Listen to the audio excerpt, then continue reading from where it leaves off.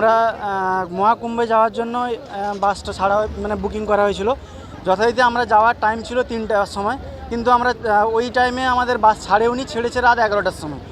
বা মানে যে গ্রুপ কোঅর্ডিনেটর আমাদের যে করেছিল তাদের প্রবলেমের জন্য এই মানে এত বড় প্রবলেম হয়েছে।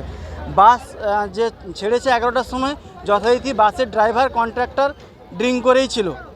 পুরো আস্তে আস্তে অলরেডি 1-2টো অ্যাক্সিডেন্ট ছোটো ছোটো মানে যেটা আঘাত করেছে, স্কুল বাসেও একটা লাগিয়েছে, স্ক্র্যাচ হয়ে গেছে। হ্যাঁ, বাসের রাস্তায় অনেকবার আমাদের একটা বাইকে ধাক্কা মেরেছে, তারপরে এসে এখানে এত বড় অ্যাক্সিডেন্ট করে নিয়েছে, যেটা মানে কমসে কম 10 থেকে 15 জনের অ্যাক্সিডেন্ট হয়েছে। কারোর মাথা ফেটেছে, কারোর হাত ভেঙেছে। হ্যাঁ, আমার মাথায় লেগেছে, এখানে কম বেশি সবাই ইনজোর হয়েছে।